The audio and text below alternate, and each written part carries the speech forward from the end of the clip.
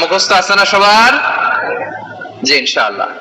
আজকে সূরাতুল হাশরের এই শেষ 3 আয়াতের তাফসীর আপনাদের সামনে উপস্থাপন করার চেষ্টা করব ইনশাআল্লাহ। কোরআনের অনেক জায়গায় আল্লাহ তাআলা নিজের পরিচয় দিয়েছেন।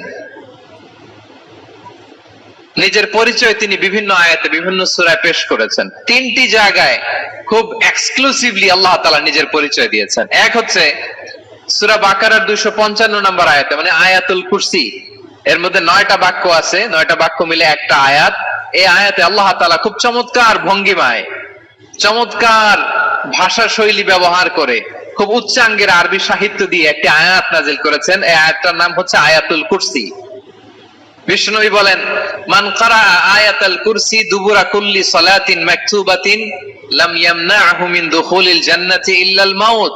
প্রত্যেক ফরজ নামাজের পরে যে আয়াতুল কুরসি পড়বে তার জান্নাতে যাওয়ার ক্ষেত্রে আর কোনো বাধা থাকে না, একটা জিনিস ছাড়া, সেটা হচ্ছে মৃত্যু, মরণ। লোকটা মরে না তাই জান্নাতে যায় না, মরলেই জান্নাতি। এই আয়াতুল কুরসির এই আয়াতে আল্লাহ তাআলা খুব স্পষ্ট ভাবে নিজের পরিচয় তুলে ধরেছেন। আবার সূরাতুল ইখলাসের ভেতরে আল্লাহ তাআলা খুব চমৎকার ভঙ্গিমায় তিনি নিজের পরিচয় তুলে ধরেছেন। অনুরূপ ভাবে সূরা হাশরের শেষ 3 আয়াতেও আল্লাহ তাআলা খুব চমৎকার ভাবে নিজের পরিচয় তুলে ধরেছেন। আওয়াজ করে পড়ুন সুবহানাল্লাহ। আমরা সূরা হাশরের শেষ 3 আয়াতের তাফসীর আজকে আমরা শুনবো। আসুন আমরা আমাদের রবকে চিনে নেই। আজকের আলোচনার টপিক হচ্ছে আসুন আমাদের রবকে চিনি।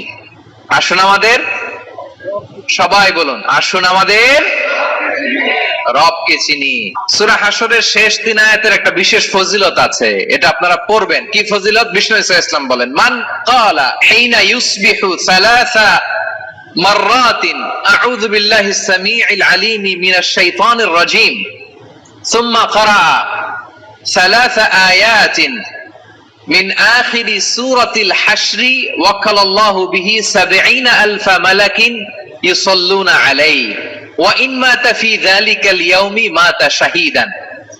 বিশ্বনবী মুহাম্মদুর রাসূলুল্লাহ